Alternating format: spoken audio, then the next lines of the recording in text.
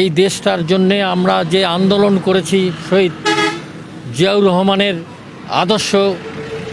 আদর্শের অনুসারী হয়ে আমাদের নেতা দেশনেত্রী বেগম খালেদা জিয়া, আমাদের তারুণ্যের নেতা, আমাদের প্রাণপ্রিয় নেতা তারেক রহমানের নির্দেশে আমরা আন্দোলন করেছি দীর্ঘ 17 বছর।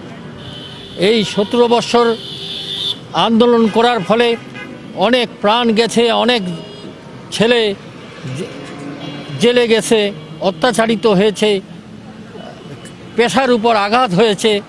আমরা আজ সফল হয়েছি, কিন্তু সফলতার পরে পরেই দেখি এই নীলফামারী জেলা বিএনপি 5 বছর অতিবাহিত হয়ে যে কমিটি চলছে, এই মেয়াদোত্তীর্ণ কমিটি যেভাবে তারা চাঁদাবাজি, টেন্ডারবাজি, স্বেচ্ছাচারিতা,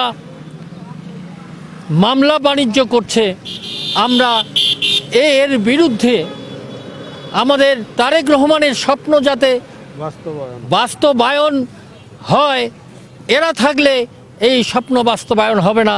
সেই কারণে আমরা এই মেয়াদ উত্তীর্ণ কমিটিকে বিলুপ্তি ঘোষণা করতে চাই এবং তারেক রহমান সাহেব আমাদের প্রিয় নেতা, তিনি যাকেই দিবেন জেলার দায়িত্ব আমরা তাতেই খুশি হব। তবু নীলফামারীর রাজনীতি সুষ্ঠু সুন্দর হোক। আজকে আমরা দেখছি যত ডিসি অফিস বলেন, এসপি অফিস বলেন, বিভিন্ন ইপিজেড বলেন, আপনার এই বাফার স্টক বলেন, আপনার এলএসডি বলেন, আপনার রেজিস্ট্রি অফিস বলেন, সমস্ত ব্যাপারে তারা একটা মাসিক ভাতার ব্যবস্থা করেছে এই কমিটি। আমরা এর বিরুদ্ধে সোচ্চার।